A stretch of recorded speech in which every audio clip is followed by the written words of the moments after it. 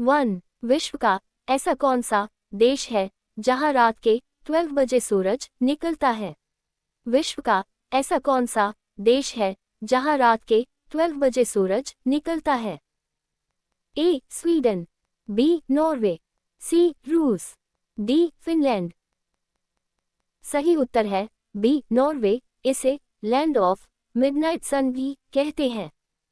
Norway दुनिया का ऐसा देश है जहां रात के 12 बजे सूरज निकलता है। नॉर्वे की भौगोलिक स्थिति ऐसी है कि यहाँ गर्मियों में सूरज रात में भी नहीं डूबता है और सर्दियों में सूरज दिन में भी नहीं निकलता है। नॉर्वे के उत्तरी भाग में स्थित नॉर्डर्न लाइट्स के कारण यहाँ रात में भी सूरज की तरह उजाला रहता है। इसे मिडनाइट सन भी कहा जाता है, जिसका अर्थ है मध्यरात्रि का सूरज। ये घटना नॉर्वे के अलावा अन्य उत्तरी देशों जैसे कि स्वीडन, फिनलैंड और आइसलैंड में भी देखी जा सकती है।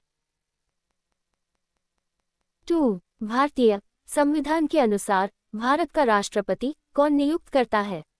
भारतीय संविधान के अनुसार भारत का राष्ट्रपति कौन नियुक्त करता है?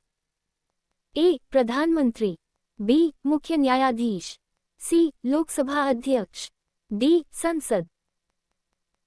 उत्तर है डी. संसद। भारतीय संविधान के अनुसार भारत का राष्ट्रपति निर्वाचक मंडल द्वारा नियुक्त किया जाता है। निर्वाचक मंडल में लोकसभा और राज्यसभा के सदस्यों के अलावा राज्यों की विधानसभाओं के सदस्य भी शामिल होते हैं। भारत के राष्ट्रपति का चुनाव एक निर्वाचक मंडल द्वारा किया जाता है, जिसमें लोकसभा के सभी सदस्य, राज्यसभा के सभी सदस्य, राज्यों की विधानसभाओं के सभी सदस्य, इन सदस्यों द्वारा राष्ट्रपति का चुनाव एकल हस्तांतरणीय मत प्रणाली के माध्यम से किया जाता है।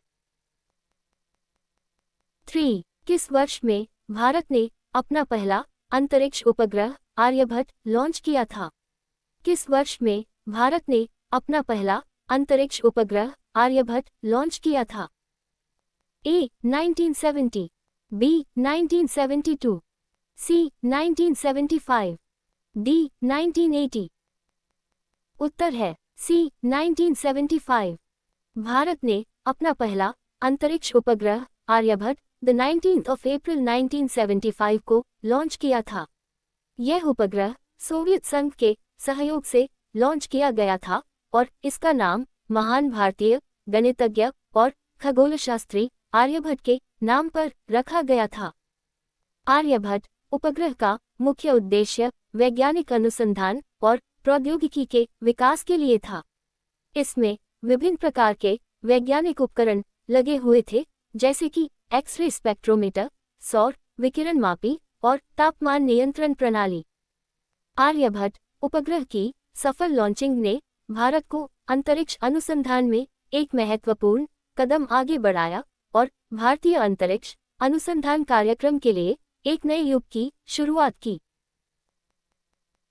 4. विश्व का सबसे बड़ा महासागर कौन सा है? विश्व का सबसे बड़ा महासागर कौन सा है? ए. अटलांटिक महासागर, बी. हिंद महासागर, सी. प्रशांत महासागर, डी. आर्कटिक महासागर। उत्तर है सी. प्रशांत महासागर। विश्व का सबसे बड़ा महासागर प्रशांत महासागर है। यह महासागर विश्व के कुल जल क्षेत्र के लगभग 46% भाग पर फैला हुआ है और इसका क्षेत्रफल लगभग 1.65 करोड़ वर्ग किलोमीटर है।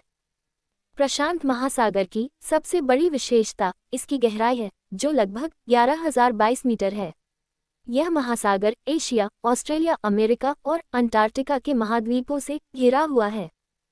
प्रशांत महासागर के कुछ मुख्य हिस्से हैं: उत्तरी प्रशांत महासागर, दक्षिणी प्रशांत महासागर, पश्चिमी प्रशांत महासागर, पूर्वी प्रशांत महासागर। यह महासागर विश्व के जलवायु परिवर्तन, मौसम पैटर्न और समुद्री जीवन पर बहुत बड़ा प्रभाव डालता है। 5. भारत की सबसे ऊंची पर्वत चोटी कौन सी है? भारत की सबसे ऊंची पर्वत चोटी कौन सी है? A. Kanchenjunga, B. Nanda Devi, C. Mount Everest, D. Dhaulagiri. सही उत्तर है ए कंचनजंगा। भारत की सबसे ऊंची पर्वत चोटी माउंट कंचनजंगा है, जो हिमालय पर्वत श्रृंखला में स्थित है। इसकी ऊंचाई 8,586 मीटर 28,169 फीट है और ये विश्व की तीसरी सबसे ऊंची चोटी भी है। माउंट कंचनजंगा सिक्किम राज्य में स्थित है और इसका नाम तिब्बती भाषा से लिया गया है, जिसका अर्थ है हिमानी की 5 खजाने की चोटी। ये चोटी 5 शिखरों वाली है, जो 5 तिब्बती धार्मिक प्रतीकों का प्रतिनिधित्व करती हैं: सोना, चांदी, रत्न, अनाज और पवित्र पुस्तकें। माउंट कंचनजंगा एक लोकप्रिय पर्वतारोहण स्थल है और इसकी चढ़ाई करने वाले पर्वतारोहियों को इसकी कठिनाई और सुंदरता का सामना करना पड़ता है। 6. भारत में किस राज्य को देश का अन्न भंडार कहा जाता है? भारत में किस राज्य को देश का अन्न भंडार कहा जाता है? ए पंजाब, बी हरियाणा, सी उत्तर प्रदेश, डी बिहार। उत्तर है ए पंजाब। पंजाब को भारत का अन्न भंडार कहा जाता है। पंजाब भारत का एक प्रमुख कृषि उत्पादक राज्य है, जो देश के कुल अनाज उत्पादन में लगभग 20% का योगदान करता है। पंजाब में गेहूं, चावल, मक्का, जौ और कपास जैसी फसलें उगाई जाती हैं। पंजाब की उपजाऊ मिट्टी, उपयुक्त जलवायु और सिंचाई सुविधाओं के कारण ये राज्य अनाज उत्पादन में अग्रणी है।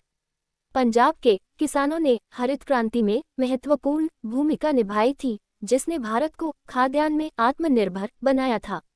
पंजाब को देश का अन्न भंडार कहा जाना इसकी कृषि उत्पादकता और देश की खाद्य सुरक्षा में इसके योगदान को दर्शाता है। 7. किस जानवर को गुलाबी रंग का पसीना आता है? किस जानवर को गुलाबी रंग का पसीना आता है? ए हाथी, बी दरियाई घोड़ा, सी लकड़बग्घा, डी भेड़िया। सही उत्तर है बी दरियाई घोड़ा। हिप्पोपोटामस जो पूरे दिन पानी में रहते हैं और 30 मिनट तक सांस रोक सकते हैं। इनकी स्किन में एक खास ग्लैंड होता है, जिससे कभी कभी हिप्पो गुलाबी लाल रंग का तैलीय तरल पदार्थ निकलता है।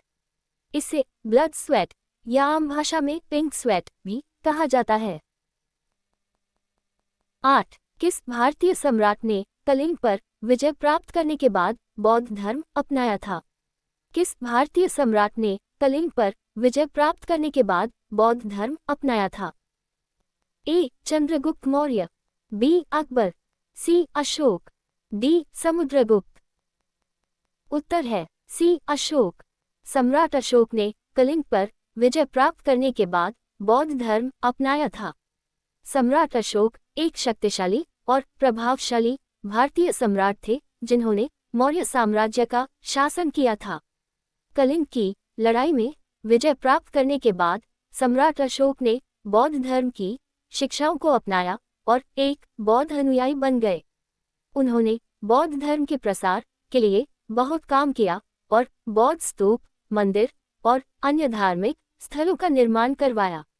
सम्राट अशोक का बौद्ध धर्म अपनाना एक महत्वपूर्ण घटना थी, जिसने भारतीय इतिहास और संस्कृति पर गहरा प्रभाव डाला। उन्हें एक महान सम्राट और बौद्ध धर्म के प्रसारक के रूप में याद किया जाता है। 9. ताजमहल किस नदी के किनारे स्थित है? ताजमहल किस नदी के किनारे स्थित है? ए यमुना, बी गंगा, सी नर्मदा, डी गोदावरी। उत्तर है ए यमुना। ताजमहल यमुना नदी के किनारे स्थित है। यह आगरा शहर में स्थित एक विश्व प्रसिद्ध स्मारक है, जो मुगल बादशाह शाहजहां ने अपनी पत्नी मुमताज महल की याद में बनवाया था। यमुना नदी ताजमहल के पीछे से गुजरती है और इसके किनारे पर स्थित एक खूबसूरत बाग है, जिसे चारबाग कहा जाता है। ताजमहल की सुंदरता और यमुना नदी के किनारे की स्थिति इसे एक अनोखा और आकर्षक स्थल बनाती है। ताजमहल को विश्व के 7 अजूबों में से एक माना जाता है और यह भारत का एक प्रमुख पर्यटन स्थल है। 10. संयुक्त राष्ट्र संघ का मुख्यालय कहाँ स्थित है? संयुक्त राष्ट्र संघ का मुख्यालय कहाँ स्थित है? ए जिनेवा, बी न्यूयॉर्क, सी लंदन, डी पेरिस।